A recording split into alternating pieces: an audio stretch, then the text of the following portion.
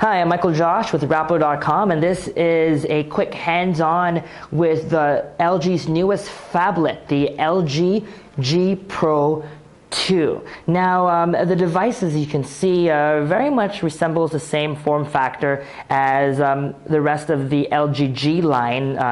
It looks pretty much like the LG G2, which is their flagship device. Their phablet comes with a 5.9-inch Full HD IPS display, but if you turn it around, you also will see that similar to the G2, it comes with a standard one-button layout. There are no physical buttons on either side of the phone, and also on the front of the phone, these are all capacitive home and back buttons.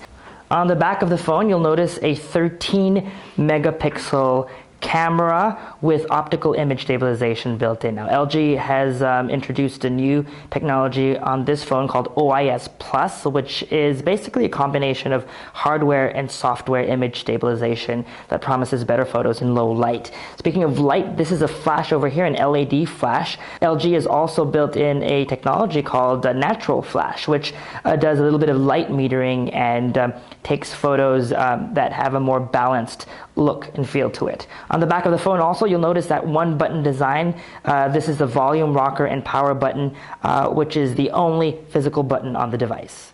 On the back of the phone, you'll also notice that you'll have the speakers right here on the back, right underneath the LG logo. Now, this phone is a Korea model. The phone will come in LTE, LTE-A, and 3G variants depending on which region you are in the world. Now, in terms of initial impressions, I do like the matte and textured feel of the back plate of the phone. It's not as glossy as it used to be, and it's also better to grip. Also, I do like that even if it is a 5.9, almost a 6-inch smartphone, you don't really feel the size and weight. Up front, you have a 2.1 megapixel camera, and that other black dot over there is the light sensor.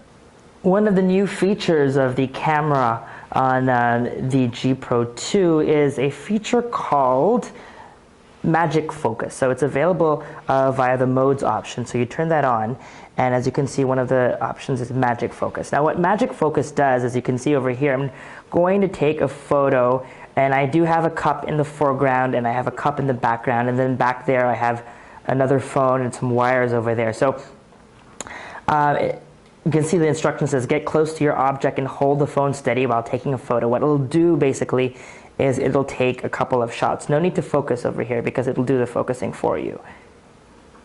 Okay, and I press the shutter button.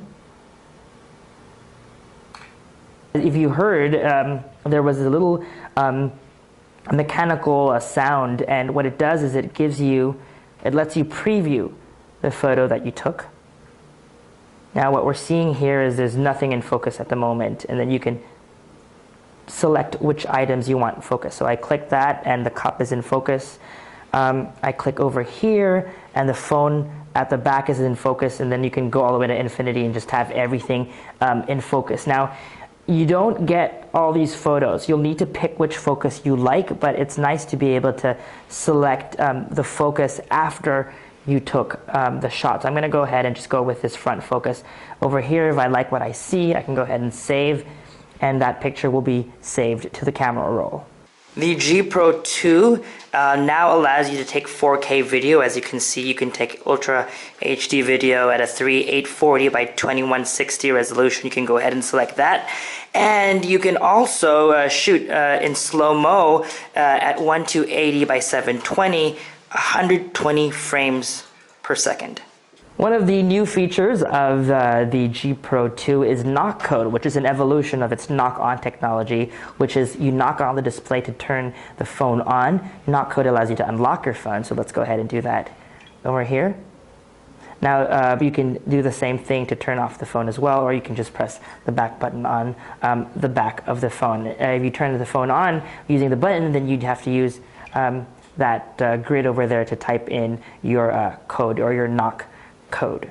Now, when you're getting a phablet and you have small hands like me, sometimes reaching up from the top of the display to the bottom of the display could be quite a challenge. And what LG wants to do is to help users deal with that kind of issue. And they've introduced a technology or a feature called Mini View. Now, you can swipe from either the right to the left or the left to the right here where the buttons are located. Because I'm holding the phone with my left hand at the moment, I'm going to swipe from the right to the left. And as you can see, they've reduced the size of the phone's display. So all of that portion is unusable at the moment. It makes it easier now for me to say reach from the top of the phone to the bottom of the phone. Now you can adjust that. I'm going to go ahead and drag. As you can see, I can adjust the size of the display or the active portion of the window. Now this will be helpful for several reasons. For example, you're typing and you want to be able to get all the keys, so I can go into messaging, start a new message that way, and just really be able to reach all my keys. That way I can make that a bit larger. Also, if say you're on your phone looking at photos and you don't want, you're in public and you don't want people to see, then you can reduce the size of your display that way. Now to turn it off, you can just click X and it'll go back to your regular mode, and you can use the display, the large display, when you're viewing a movie, watching a movie, or anywhere else you'd like to use your entire phone. That's a great feature. Now again, let me just swipe from the left to the right to show you that you can also bring up the mini window or the mini view on that side of the phone. And again, you can also adjust that size accordingly. Now, when it shrinks the display, it's basically still working. All the features are working, so you just really have a phone, your entire phone, in that smaller window.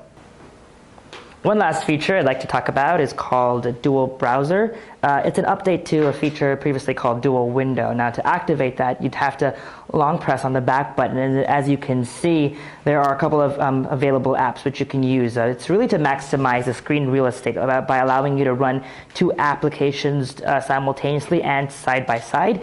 So let's say I want to do messaging and internet. I would do that. And just wait a bit, and as you can see, it's loaded Google.com on the bottom, and you have my SMS application up top. Now, say a friend sent me the link for Rappler.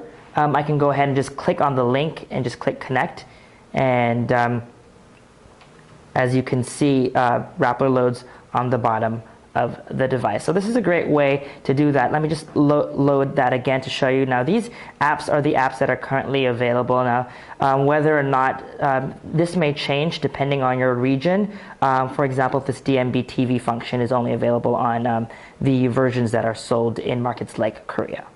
The LG G Pro 2 runs off a snappy 2.26 gigahertz quad-core Snapdragon 800 processor, 3 gigabytes of RAM, and comes with a 3,200 milliampere battery. The phone runs on the latest version of Android 4.4.2 KitKat.